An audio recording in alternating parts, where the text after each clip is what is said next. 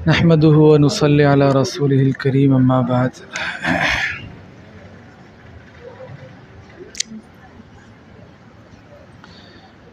ایک حدیث مبارکہ میں آتا ہے کہ نبی کریم صلی اللہ علیہ وسلم نے فرمایا، قیامت والے دن اللہ تعالیٰ آدم علیہ السلام سے فرمائیں گے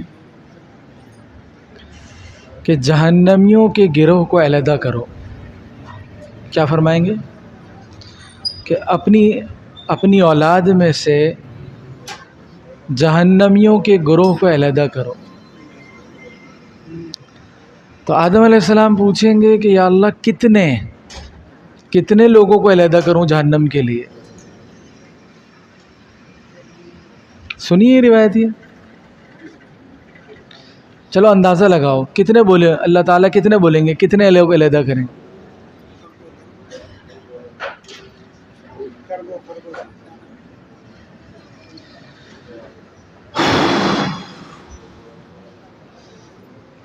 اللہ فرمائیں گے 1000 میں سے 999۔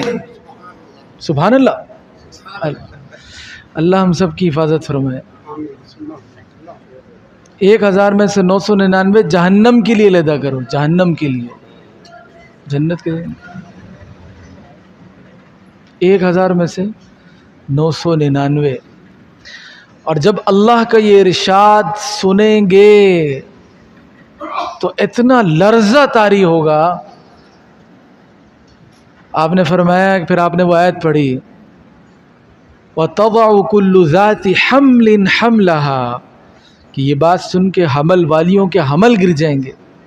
وَتَرَى النَّاسَ سُكَارَىٰ، اور آپ دیکھیں گے لوگ نشے میں ہیں، مدہوش ہیں۔ جیسے ایک آدمی مدہوش ہو، اسے ہوش ہی نہ ہو، تو لوگ مدہوش ہیں۔ وَمَا هُمْ بِسُكَارَىٰ، لیکن وہ مدہوش نہیں ہوں گے۔ وَلَٰكِنَّ عَذَابَ اللَّهِ شَدِيدٌ، لیکن اللہ کا عذاب بہت سخت ہے۔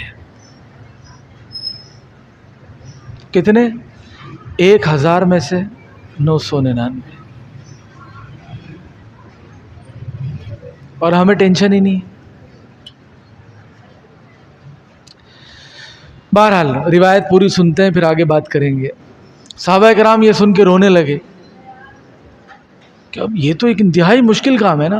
کوئی کاروبار ایسا ہو جس میں کامیابی کا چانس جو ہے وہ 0.001% ہو، یہ 0.001 ہو گیا نا، میرے خیال 3 صفر آئیں گے یا 2 صفر آئیں گے۔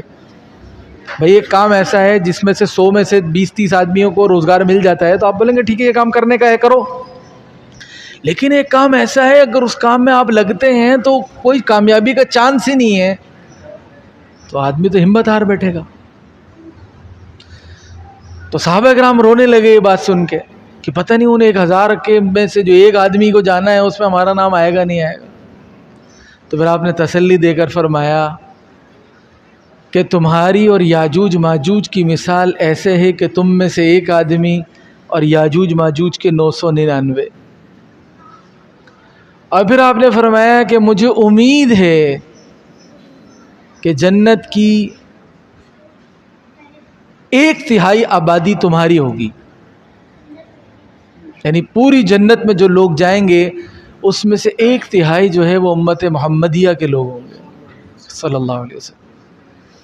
پھر آپ نے فرمایا کہ تو صحابہ نے یہ سن کر نعرہ لگایا اللہ اکبر۔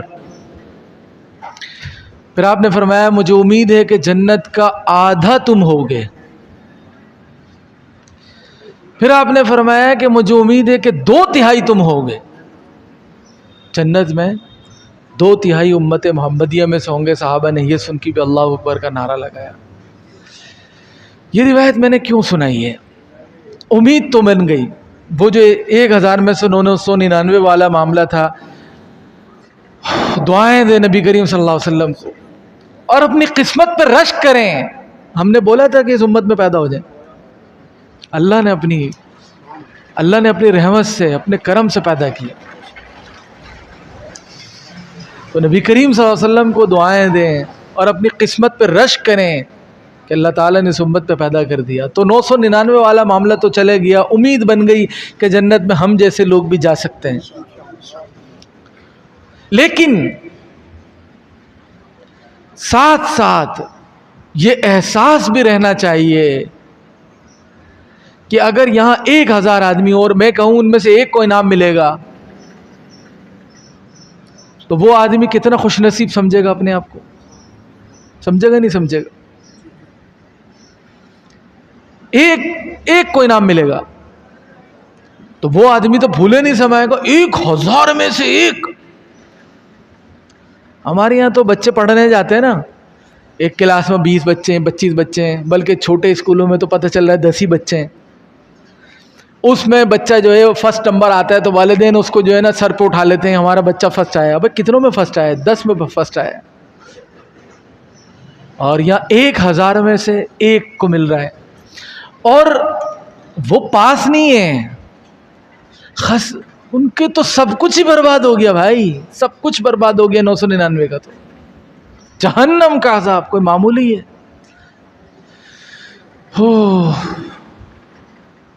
روایات میں آتا ہے کہ اگر جہنم میں سوئی کے برابر، سوئی کتنی باریک ہوتی ہے، سوئی کے برابر سوراخ کر دیا جائے اور اس میں سے آگ نکلے تو زمین پر جو کچھ ہے سب جلا کے بھسم کر دے گی. اور اگر جہنم کے آگ میں سے کسی کو نکال کر دنیا کی آگ میں ڈال دیا جائے تو وہ اس کو اتنا آرام ملے گا کہ سو جائے گا.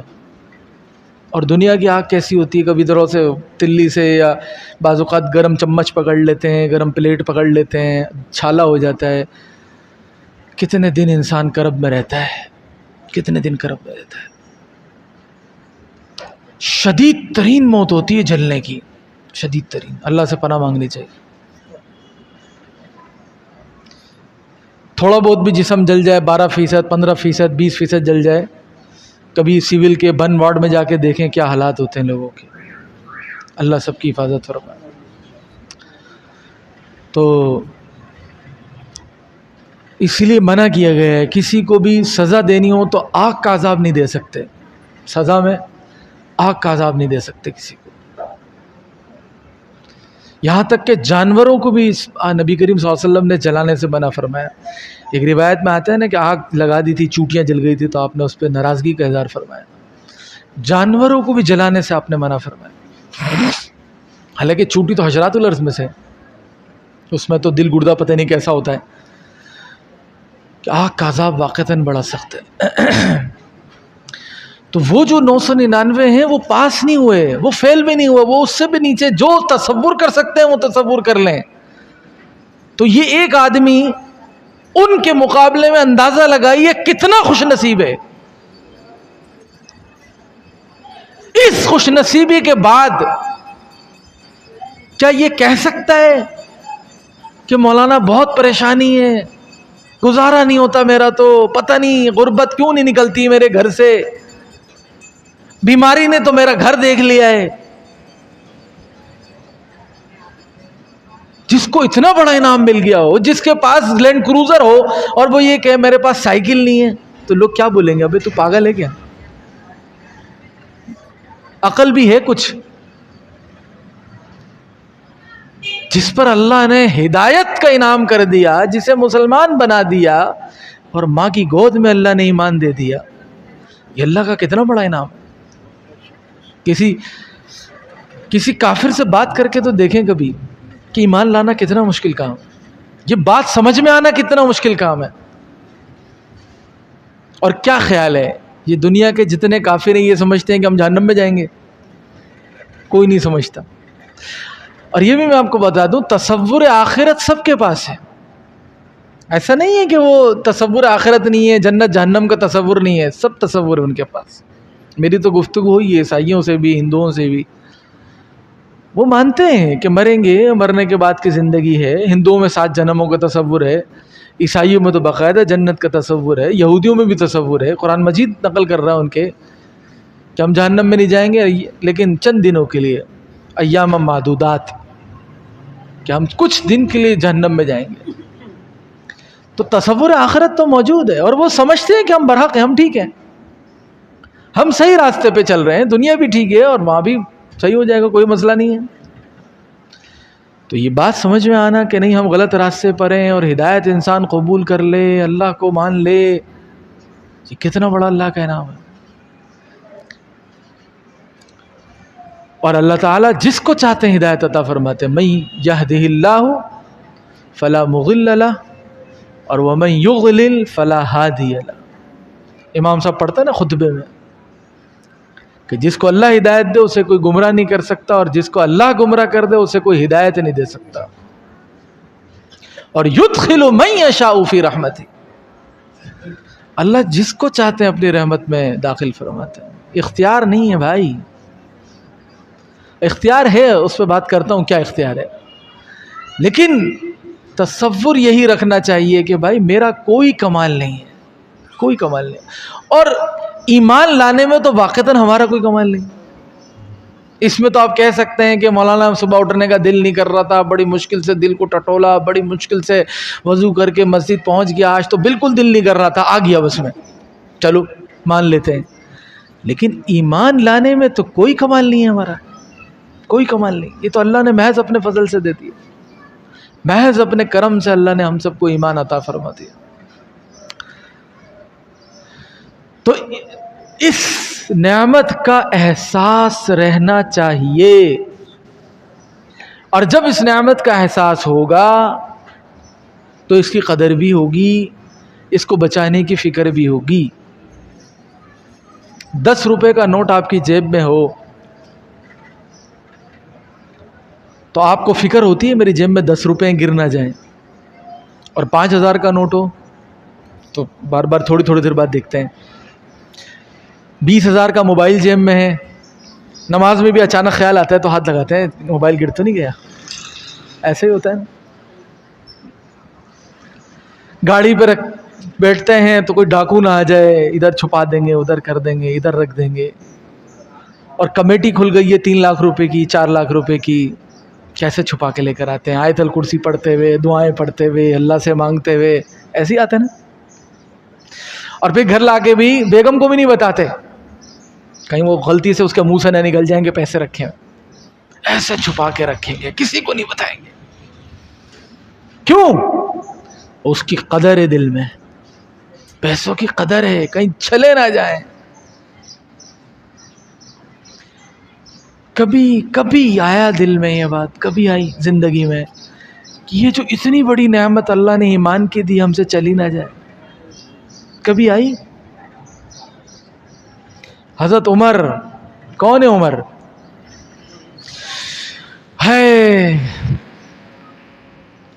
10 مبشرہ میں تو ہیں ہی، جن کو ایک مجلس میں نبی کریم صلی اللہ علیہ وسلم نے کہا کہ ابو بکر جنتی، عمر جنتی، عثمان جنتی، طلحہ جنتی، زبیر جنتی، سعد بن ابی وقاص جنتی، سعد بن زید جنتی، ان میں تو ہیں ہی شامل۔ اس کے علاوہ بھی اور کئی مقامات پر جنت کی بشارت ملی۔ آپ صلی اللہ علیہ وسلم نے فرمایا کہ میں نے خواب میں ایک محل دیکھا جنت میں، میں نے پوچھا یہ کس کا محل ہے؟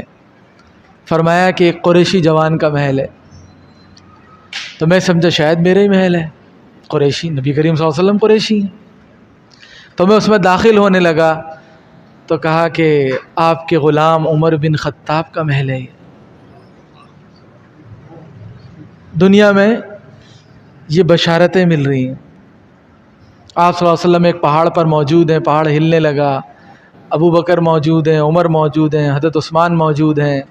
آپ نے کہا یہ پہاڑ رک جا، تجھ پر ایک نبی اور 2 شہید ہیں، ایک صدیق اور 2 شہید ہیں۔ اور کئی مقامات پر حضرت عمر کو جنت کی بشارتیں ملی، اور کیفیت کیا تھی؟ ہائے، کبھی جو ہے وہ حضرت ام سلمہ کے پاس جاتے، کبھی حضرت حذیفہ بن یمان کے پاس جاتے کہ حذیفہ، حضرت حذیفہ کو آپ صلی اللہ علیہ وسلم نے منافقین کے نام بتائے ہوئے تھے، کبھی حضرت حذیفہ بن یمان کے پاس جاتے کہ حذیفہ بتاؤ کہ ان منافقین میں میرا نام تو نہیں ہے۔ منافق کون؟ جو دعوی ایمانی کے باوجود ایمان پر نہیں ہے، کفر پر ہے، اور کوئی دعوی ایمانی اس کا قبول نہیں ہے۔ نماز روزے کے باوجود جہنم میں جائے گا، اور کون سی جہنم میں جائے گا؟ جس کے متعلق اللہ نے فرمایا ان المنافقین فی الدرک الاسفل من النار، کہ جہنم کے سب سے نچلے درجے میں یہ منافق جائے گا. یعنی کافروں سے، یہودیوں سے، ہندوؤں سے، مشرکوں سے زیادہ سخت عذاب ہوگا اس منافق کو، جس نے جھوٹا دعوی ایمانی کیا ہے، جھوٹا کلمہ پڑھا ہے، دھوکہ دینے کے لیے کلمہ پڑھا ہے، دوسرے لوگوں کے ایمان لانے کی راہ میں رکاوٹ بنا رہا. اس وجہ سے اس کو زیادہ سخت عذاب ہوگا کہ اس نے اللہ کے دین کو مذاق بنا دیا، کھیل تماشا بنا دیا. لوگوں کے سامنے سے پکچر ہی ہے کہ اسلام کیا ہوتا ہے، مسلمان کیا ہوتا ہے. لوگ کہتے ہیں یہ مسلمان ہے، یہ اسلام ہے. نہیں، اس سے تو بہتر ہے کہ ہم ایسے ہی رہیں. آج دنیا کے کافر اسلام کیوں نہیں قبول کرتے؟ ان کے سامنے اسلام کی کوئی واضح پکچر ہی نہیں ہے، کوئی واضح تصویر ہی نہیں ہے، کیونکہ 2 نمبر مسلمان ہیں سارے کے ساتھ. تو دھوکے کی وجہ سے اس کو زیادہ سخت عذاب ہو کہ کلمہ اس نے دل میں نہیں گیا. اس کو دوسری جگہ اللہ تعالیٰ نے قالت الاعراب آمنا قل لم تؤمنوا ولکن قولوا اسلمنا، کہ دیہاتی لوگ کہتے ہیں ہم ایمان لے کر آئے. اللہ نے فرمایا ان سے کہو ایمان نہیں لائے، اسلمنا یہ اسلام لے کر آئے، ایمان نہیں لے کر آئے. ایمان تو دل میں داخل ہوتا ہے. انہوں نے تو ظاہری طور پہ کہہ دیا ہے کہ ہم مسلمان ہیں. ولما يدخل الايمان في قلوبكم، ایمان ان کے دلوں میں داخل نہیں ہوا ابھی. پھر اللہ نے فرمایا ایمان والے کون ہوتے ہیں؟ انما المؤمنون الذين آمنوا بالله ورسوله. ایمان والے کون ہوتے ہیں؟ اب پھر اللہ تعالیٰ بتا رہے ہیں ایمان والے وہ ہوتے ہیں جو اللہ پر ایمان لائے، اللہ کے رسول پر ایمان آئے، ثم لم يرتابوا، پھر کسی شک میں مبتلا نہیں ہوئے کہ دین پر عمل کریں گے تو مولانا گزارا کیسے ہوگا، سچ بولیں گے تو کاروبار کیسے چلے گا، نعوذ باللہ مولویوں نے تو گڑوا دیا ہے ہمیں. یہ آتے نا وسوسے. لوگ آ کے پوچھتے مولانا سارے جھوٹ بول رہے ہیں، اب ہم سچ بولیں گے تو لوگ ہمیں پاگل سمجھیں گے. ایسا ہوتا ہے نا، پوری مارکیٹ جھوٹ بول رہی ہے، اب آپ بول رہے ہیں سچ بول کے سودا بیچو، کیسے بیچوں میں؟ اور حدیث کیا کہہ رہی ہے؟ الصدق ینجی والکذب یہلک، کہ سچ نجات دیتا ہے اور جھوٹ ہلاکت میں ڈالتا ہے. تو دل سے نکلے کہ سچ نجات دیتا ہے، جھوٹ ہلاکت میں ڈالتا ہے. اور نظر کیا آ رہا ہے کہ جھوٹ سے پیسے بن رہے ہیں. ثم لم یرتابوا، کسی شک میں نہیں پڑے کہ شادی سادگی کے مطابق کریں گے تو برادری والے روٹ جائیں گے. شک، تذبذب کہ یہ نہ ہو جائے اور وہ نہ ہو جائے، ایسا کر لیں گے تو ایسا نہ ہو جائے، ایسا کر لیں گے تو ایسا نہ ہو جائے، داڑھی رکھ لیں گے تو کیا ہو جائے گا، فلاں کام کرنے لگیں گے تو کیا ہو جائے گا، نوکری چھوڑ دی تو کیا ہو جائے گا. یہ شک. تو ایمان والے کون ہیں؟ جو شک میں نہیں پڑے. اور اس کو اللہ تعالیٰ نے دوسری جگہ فرمایا سورۃ النساء میں. آپ نے فرمایا، اللہ تعالیٰ نے فرمایا کہ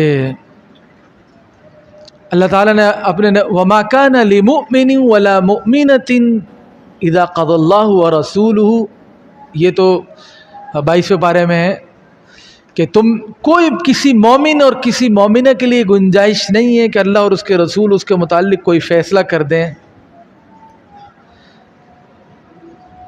جب اللہ تعالیٰ اور اس کے رسول کوئی فیصلہ کر دیں اب کوئی اختیار نہیں ہے، اب اپنا دماغ چلانے کی کوئی گنجائش نہیں ہے.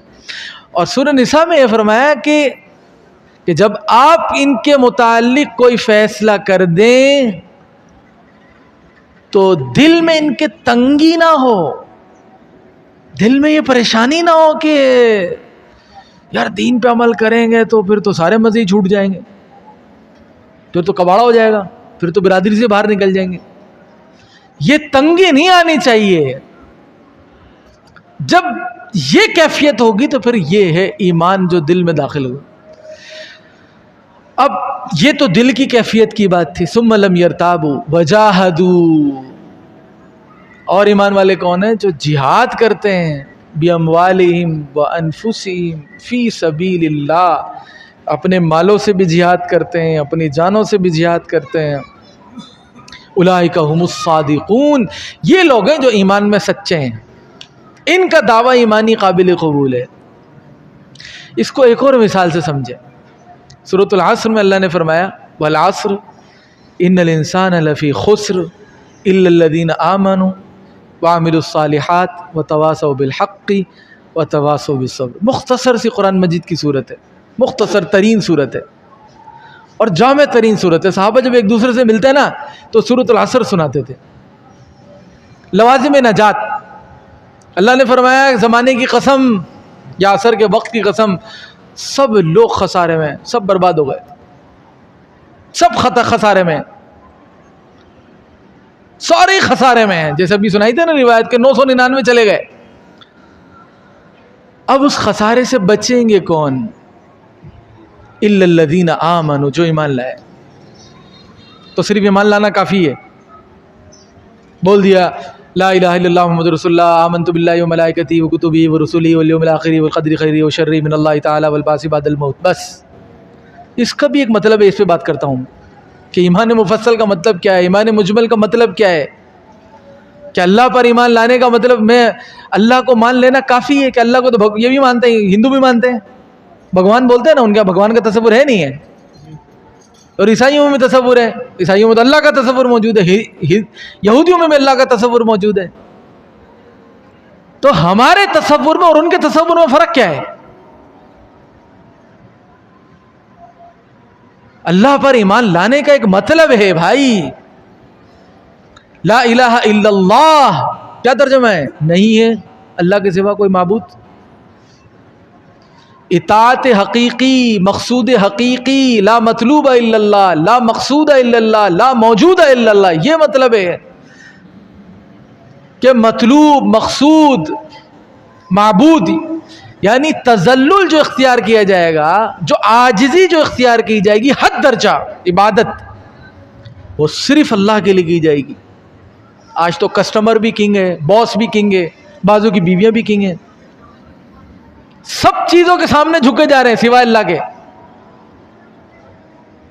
عبادت کا ایک خاص مطلب ہے. پرانا عبادت کا لفظ عبد سے ہے نا، عبد غلام کو کہتے ہیں. اور غلامی کا وہ تصور ذہن میں لائیے جس نبی کریم صلی اللہ علیہ وسلم کے دور میں جو غلام ہوتا تھا، وہ آقا اس کی گردن کا مالک ہوتا تھا. اگر کوئی آقا اپنے غلام کو قتل بھی کر دے تو اس پر کوئی مقدمہ نہیں بنتا تھا.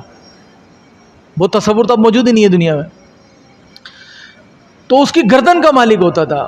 اس کا کھانا، اس کا پہننا، اس کا اوڑھنا، اس کا سونا، اس کا جاگنا سب آقا کی مرضی سے ہوتا تھا. سب کچھ آقا کی مرضی سے ہوتا تھا. نہ وہ اپنی مرضی سے سو سکتا ہے، نہ اٹھ سکتا ہے، نہ کھا سکتا ہے، نہ پی سکتا ہے. جو آقا بولے گا بس وہ کرنا پڑے گا، اس کے علاوہ اس کا کوئی اختیار نہیں ہے. ایک قید، یعنی آج کل تو قیدیوں کو بھی کچھ نہ کچھ حقوق ہیں، اس زمانے میں تو بالکل حقوق نہیں تھے. وہاں وہ تصور دیا گیا کہ اللہ کے ایسے بندے ہو تم،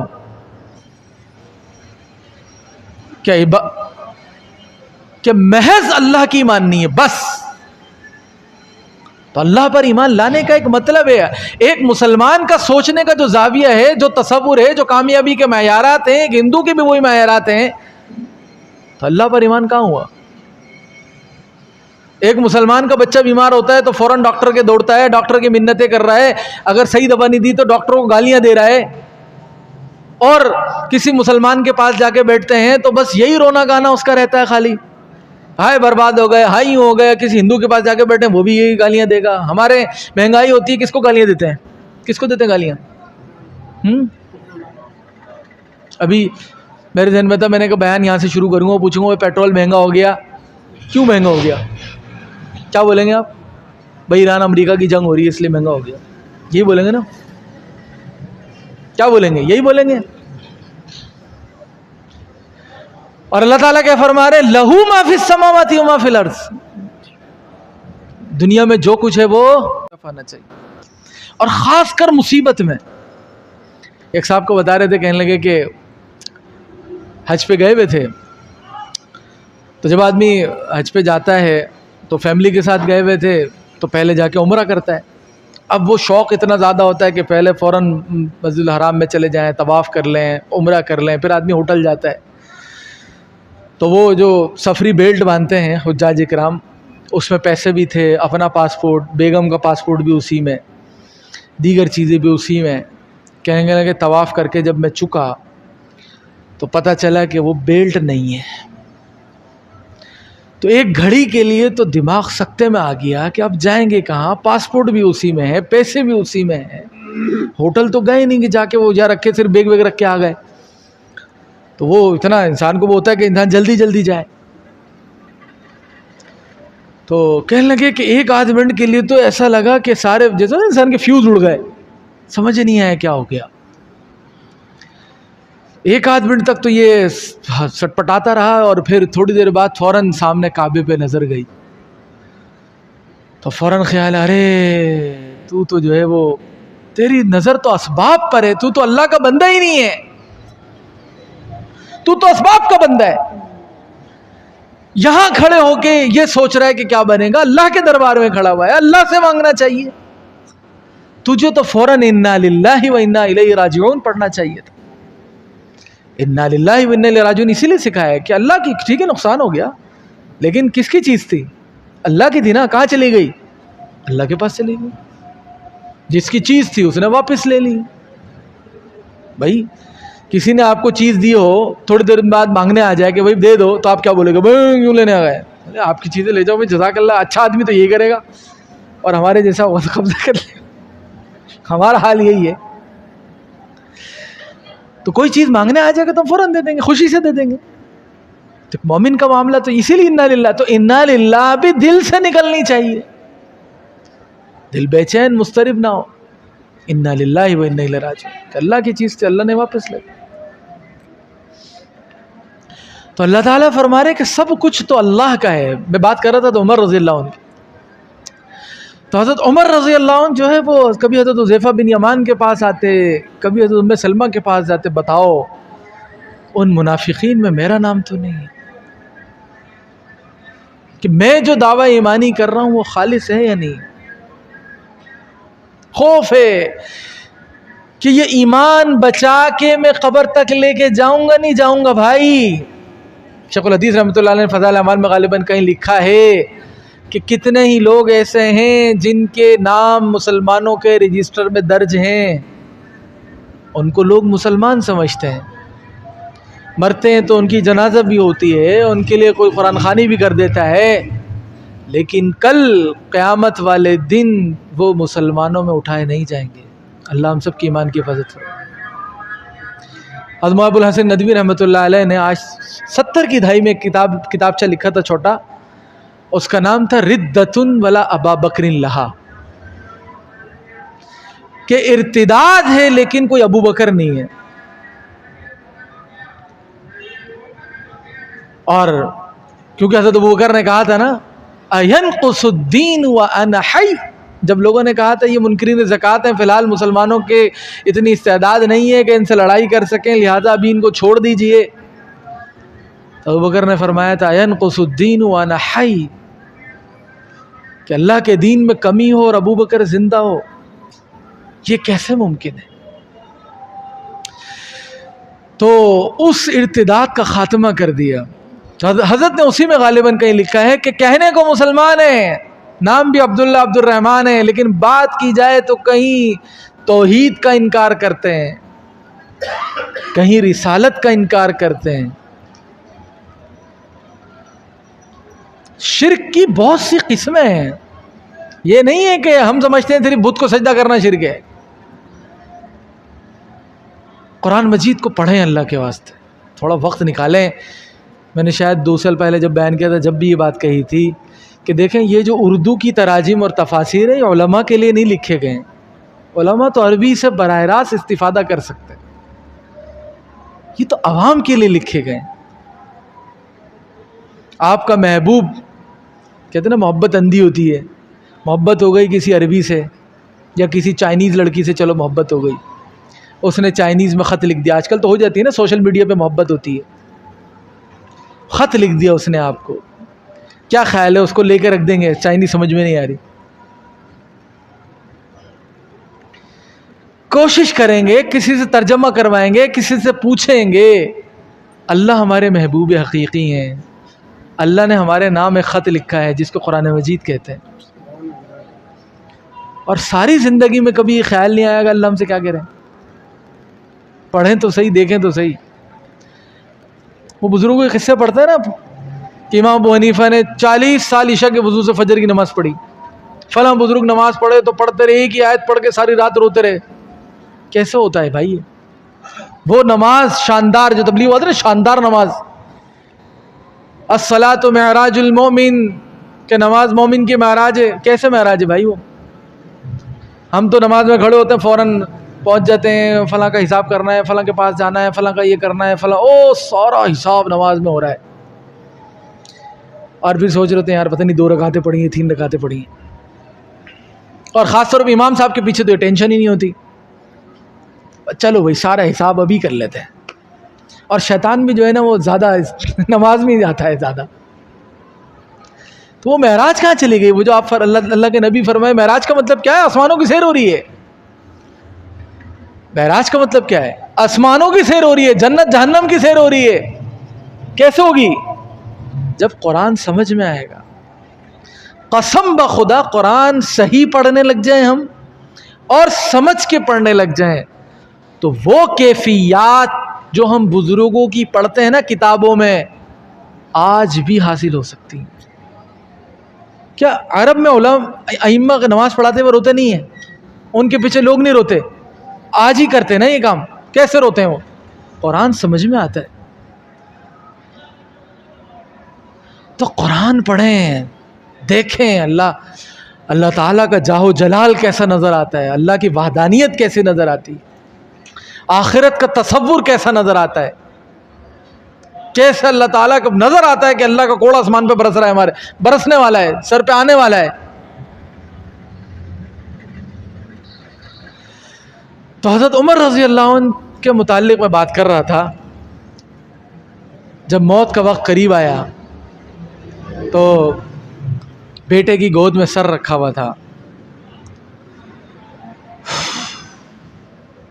میں یہ بات کر کیوں رہا ہوں کہ ہم میں سے کبھی آتا ہے خیال کہ یار ایمان بھی کوئی بچانے والی چیز ہے. کہیں یہ خوف ہو کہ یار یہ ایمان نہ نکل جائے. ابراہیم علیہ السلام دعا کر رہے ہیں اللہ تعالیٰ سے. کیا دعا کر رہے ہیں؟ وَإِذْ قَالَ إِبْرَاهِيمُ رَبِّ اجْعَلْ هَذَا الْبَلَدَ آمِنًا، یا اللہ یہ جو مکہ شہر ہے اس کو امن والا بنا دے.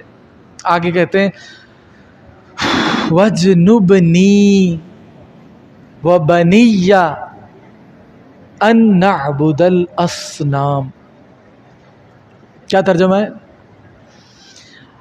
یا اللہ مجھے بچا لے، وَبَنِيَّ اور میرے بچوں کو بچا لے. کس سے بچا لے؟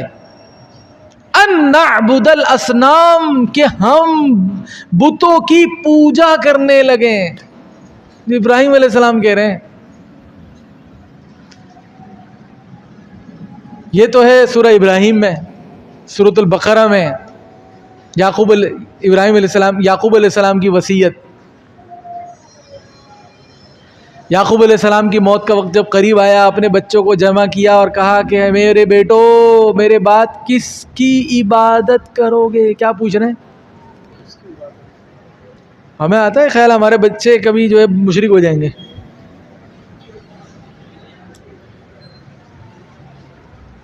تو بھائی شرک کی میں جو بات کر رہا تھا، شرک کی بہت ساری قسمیں ہوتی ہیں، تو ہم تو بت پرستی کو سمجھتے ہیں. تو میں کہہ رہا تھا قرآن پڑھیں. قرآن میں جو اللہ تعالیٰ نے مشرکین مکہ کا شرک بیان کیا ہے نا، وہ شرک، اور ہمارے یہاں جو بعض لوگ بیچارے جو ہے وہ مزاروں پہ جانے والے اور مختلف پیروں فقیروں پہ کے واسطے دینے والے، ان کے عقیدے میں اور ان کے عقیدے میں معذرت کے ساتھ مجھے تو کوئی فرق نظر نہیں آتا. اگرچہ مشرک بولنا بہت مشکل کام ہے، کسی کو مشرک بولنا نہیں چاہیے، کسی کو کافر بھی نہیں بولنا چاہیے، اتنا آسان نہیں ہے، لیکن ہے بڑا خطرناک. وہ بھی یہ کہتے تھے کہ بھائی وسیلہ کر رہے ہیں ہم، اور یہ بھی کیا کہتے ہیں؟ بھائی وسیلہ بنا رہے ہیں. اللہ تعالیٰ تو احکم الحاکمین ہیں، اللہ نے تو سب کچھ دوسروں کو دے دیا ہے نا، بھائی وہ دوسرے کام بھی تو کرتے ہیں. بھائی کہیں جاتے ہیں تو سفارش لگوانی پڑتی ہے نا، تو سفارش لگوا رہے ہیں ہم.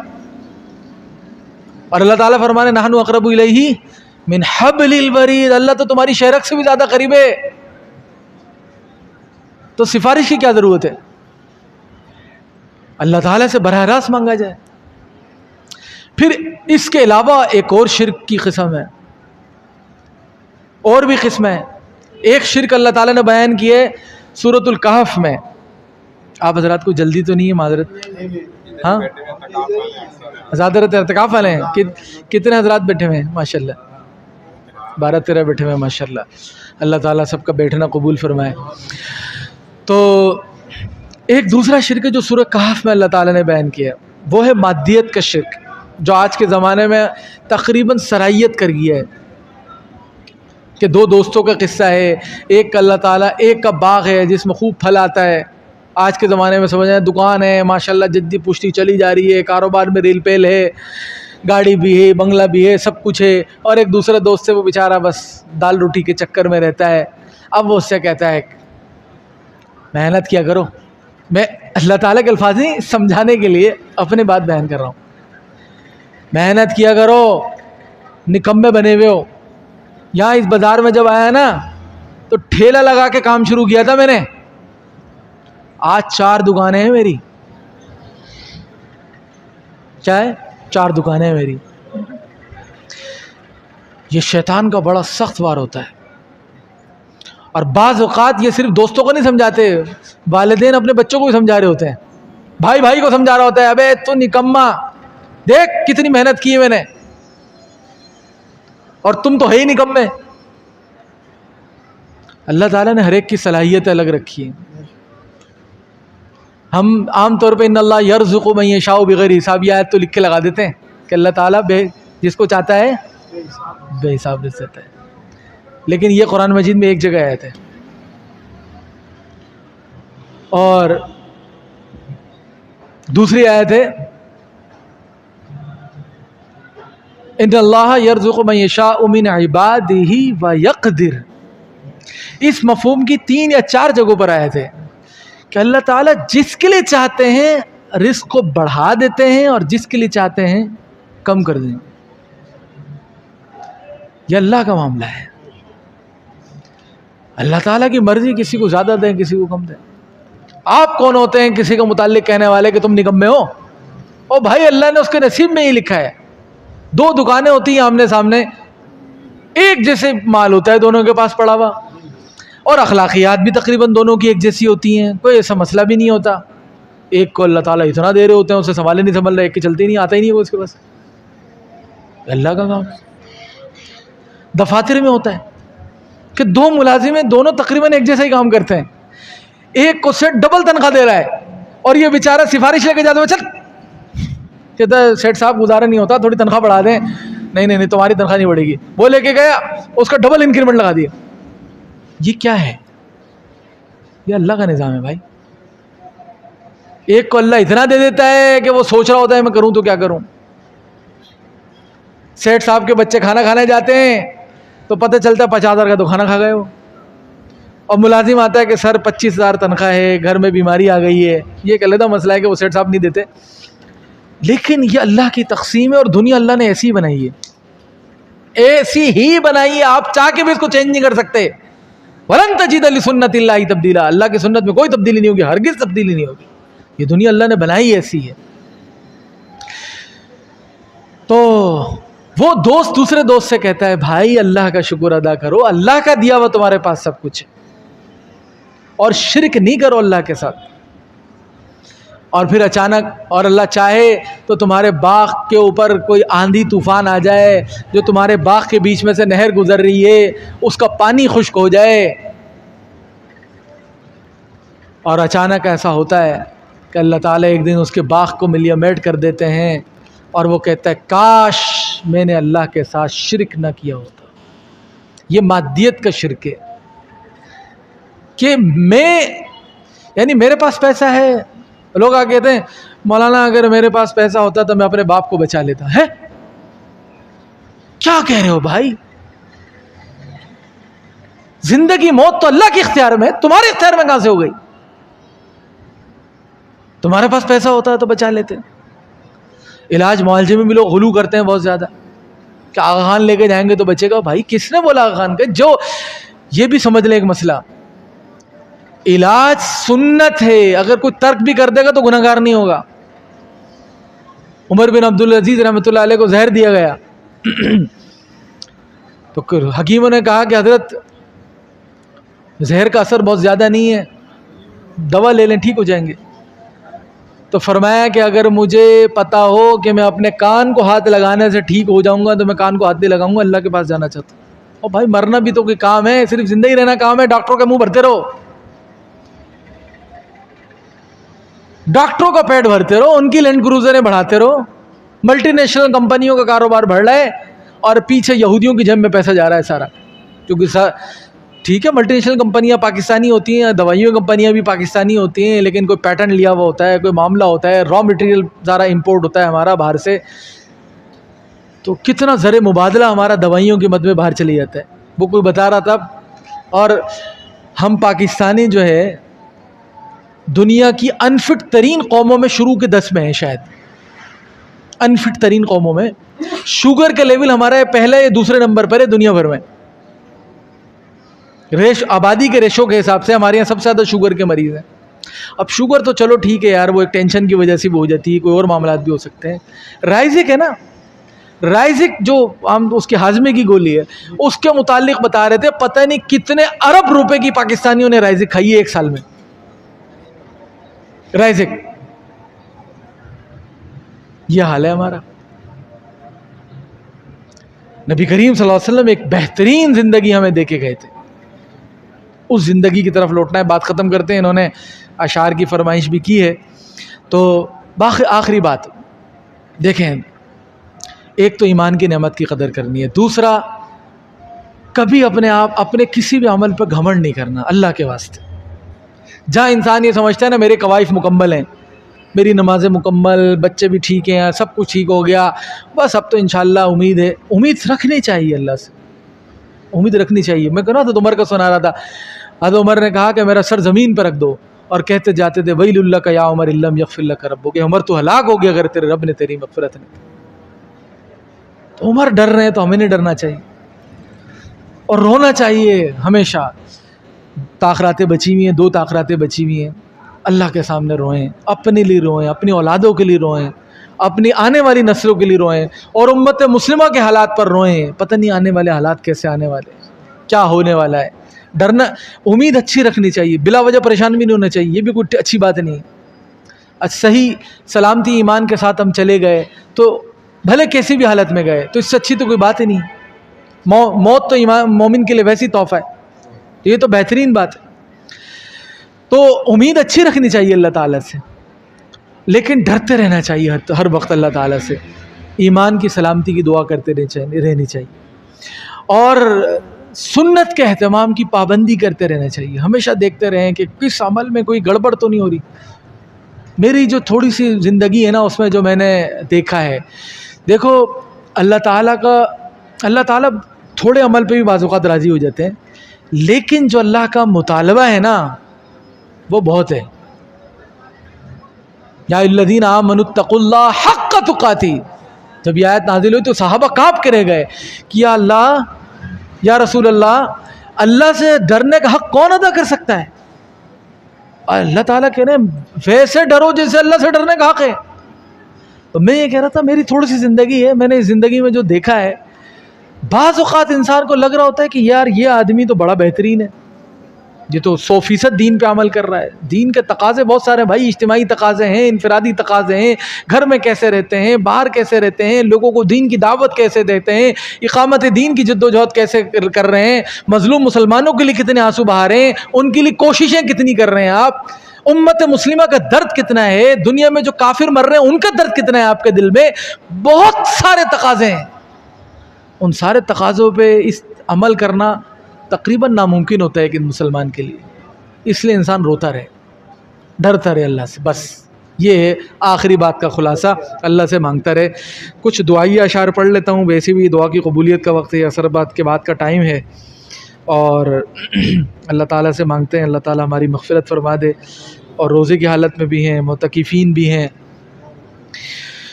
درود شریف پڑھنا، اللہم صلی علی سیدنا مولانا محمد النبی وسلم.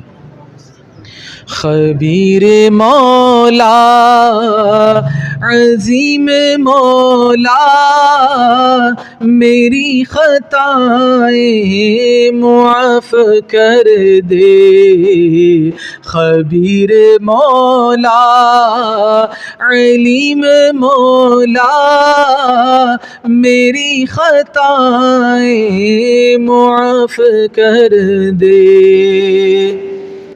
خبیر اور علیم سے ایک بات یاد آئی ہے، اس کو بھی سمجھ لیں۔ آج صبح میں نے مسجد میں بیان کیا تھا، بعض اوقات زندگی میں جب پریشانیاں زیادہ آتی ہیں تو عجیب عجیب وسوسے آتے ہیں، پتہ نہیں کیا مسئلہ ہے۔ اور امت مسلمہ کے حالات پر جن کو امت کا غم ہوتا ہے اس پہ بھی پریشانیاں آتی ہیں۔ فلسطین میں بچے مر رہے ہیں، اللہ کی مدد کیوں نہیں آ رہی، ہم پٹے جا رہے ہیں، ہم مرے جا رہے ہیں، تو عجیب عجیب وسوسے آتے ہیں۔ میں اپنا بتاتا ہوں، پتہ نہیں بتاتا نہیں کیسے کیسے وسوسے آتے تھے مجھے۔ تو جب بھی کسی اس قسم کے وسوسے آئیں تو ایک جملہ یاد کر لیں، یہ بولنا چاہیے: ہمارا اللہ بے خبر بھی نہیں ہے اور ہمارا اللہ بے بس بھی نہیں۔ بولے: ہمارا اللہ بے خبر بھی نہیں ہے اور ہمارا اللہ بے بس بھی نہیں۔ بے خبر یعنی اللہ کو پتہ نہیں ہے میں مر رہا ہوں، میں پریشان ہوں، یا ہمارے بچے مر رہے ہیں، اللہ کو پتہ نہیں، پتہ ہے نا۔ اور پھر کیا اللہ تعالیٰ مدد کرنے پہ قادر نہیں ہے؟ قادر ہے نا، کیوں نہیں کر رہا مدد؟ ایک وقت بتائیے، کوئی معاملہ ہے، کوئی راز ہے اس کے پیچھے بھائی، اس لیے مدد نہیں آ رہی۔ اللہ پر اس کے ساتھ اطمینان رکھو۔ ایک ڈاکٹر جب چیرا لگا رہا ہوتا ہے، دل نکال دیتا ہے، ہارٹ کے اندر کتنا خطرناک آپریشن ہوتا ہے، دل کو بند کر دیتے ہیں، موت کی کیفیت طاری ہو جاتی ہے اور پمپنگ مشین کرتی ہے۔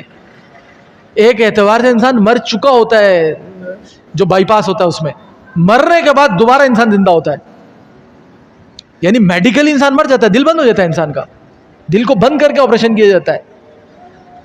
لیکن ڈاکٹر پہ بھروسہ ہوتا ہے کہ وہ میرا دل بند کر کے دوبارہ چالو کر دے گا۔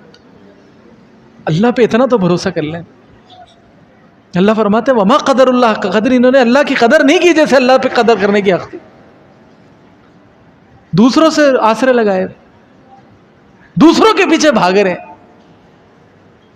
میں عام طور پہ لوگوں سے کہتا ہوں جو عام طور پہ رونا گانا کر رہے ہوتے ہیں نا، یار جتنا رونا گانا تم لوگوں سے کر رہے ہو، خدا کی قسم اگر آدھا بھی اللہ کے سامنے کر لیتا نا، گھنٹوں روتے ہو نا لوگوں کے سامنے بیٹھے، 4 گھنٹے بیٹھے ہوئے اور چاروں گھنٹے اپنے رونا گانا کر رہے ہو، 2 گھنٹے دعا مانگ لیتے تو اللہ کی قسم تمہارے مسئلے حل ہو جاتے۔ تو اللہ کی قدر کرنی چاہیے۔ خبیر مولا علیم مولا میری خطائیں معاف کر دے، حلیم مولا کریم مولا میری خطائیں معاف کر دے۔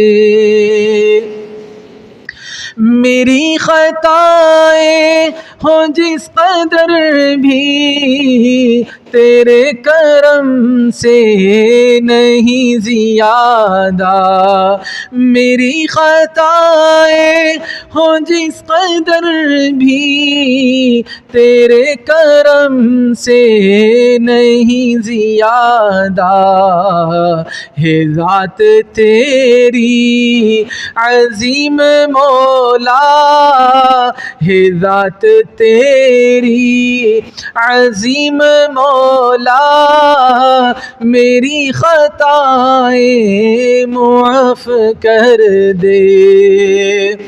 میں مستحق سقر ہوں لیکن، سقر یعنی جہنم، میں مستحق سقر ہوں لیکن تیرے کرم سے سوال ہے یہ، دے مجھ کو باغ نعیم مولا، دے مجھ کو باغ نعیم مولا میری خطائیں معاف کر دے۔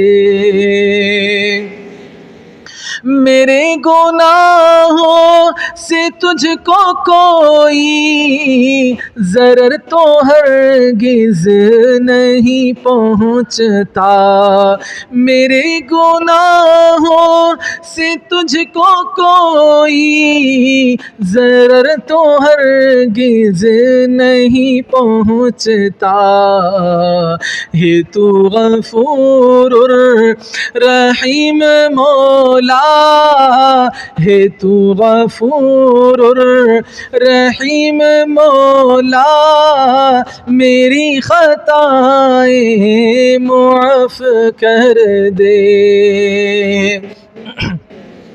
میرے گناہوں کا حبس مجھ کو ہلاک کرنے کے اب ہے در پہ، میرے گناہوں کا حبس مجھ کو ہلاک کرنے کے اب ہے در پہ، چلا کرم کی نسیم مولا، چلا کرم کی نسیم مولا، میری خطائیں معاف کر دے، تو اہل ایمان کی رجا ہے، میری امیدوں کا آسرا ہے، تو اہل ایمان کی رجا ہے، میری امیدوں کا آسرا ہے، حرام تجھ سے ہے بیم مولا، بیم کہتے ہیں نا امیدی، حرام تجھ سے ہے بیم مولا، میری خطائیں معاف کر دے، بہت سے بیمار ہیں جہاں میں مگر وہ بیمار جسم کے ہیں، میں روح کا ہوں سقیم مولا، میں روح کا ہوں سقیم مولا، میری خطائیں معاف کر دے، تو رحم والا، تو عفو والا، تو شان والا، تو سب سے اعلیٰ، میں ہوں کمینہ لئیم مولا، میری خطائیں معاف کر دے، میں حسن فانی کی گندگی کو اب اپنے دل سے نکال دوں گا، ہو میرے دل میں مقیم مولا، ہو میرے دل میں مقیم مولا، میری خطائیں معاف کر دے، صلی اللہ علیہ وسلم، دعا کر لیں۔ الحمد للہ رب العالمین والعاقبۃ للمتقین والصلاة والسلام علی سید الانبیاء والمرسلین، یا اللہ یا رحمان یا رحیم یا کریم یا ذی الجلال والاکرام، یا اللہ رمضان المبارک کے آخری دن چل رہے ہیں، یا اللہ یہ معتکفین بھی ہمارے ساتھ ہیں، یا اللہ روزے کی حالت میں ہیں، یہ دعا کی قبولیت کا وقت ہے، یا اللہ اب ہمارا کہنا سننا بیٹھنا قبول فرما لیجئے، اللہ ہم میں سے کسی ایک کو محروم نہ فرمائیے، اللہ ہم سب کو اولیاء صدیقین کی خط منتہا تک پہنچا دیجئے، یا اللہ ہم آپ کے بننا چاہتے ہیں، یا اللہ نہیں بن پاتے، یا اللہ جس طریقے سے آپ نے صحابہ اکرام کے متعلق فرمایا وَلَوْلَا فَضْلُ اللَّهِ عَلَيْكُمْ وَرَحْمَتُهُ مَا زَكَىٰ مِنْكُمْ مِنْ أَحَدٍ أَبَدًا وَلَٰكِنَّ اللَّهَ يُزَكِّي مَن يَشَاءُ، دوسری جگہ فرمایا وَلَٰكِنْ كَرِّهَ إِلَيْكُمُ الْكُفْرَ وَالْفُسُوقَ وَالْعِصْيَانَ، کہ آپ نے ان کے دلوں میں ایمان کو لکھا، آپ نے کفر کو ان سے دور کیا، یا اللہ آپ ہمارے دلوں میں بھی ایمان کو لکھ دیجئے، ہمارے دلوں سے بھی کفر کو اور فسق کو دور فرما دیجئے، یا اللہ ہماری نسلوں کو اور ہمیں بھی سعادت مندوں میں شامل فرما دیجئے۔ یا اللہ پوری امت مسلمہ پر رحم فرما دیجئے، حاضرین کی تمام جائز حاجات کو پورا فرما دیجئے۔ رمضان گزر گیا یا اللہ اس کی قدردانی نہیں کی، اسے یا اللہ اس گناہ پر ہمیں معاف فرما دیجئے، اور جو باقی دن بچے ہیں یا اللہ اس کی خوب قدردانی کرنے والا بنا دیجئے۔ ربنا آتنا فی الدنیا حسنہ وفی الآخرۃ حسنہ وقنا عذاب النار، وصلی اللہ تعالی علی خیر خلقہ محمد وعلی آلہ وصحبہ اجمعین برحمتک یا ارحم الراحمین۔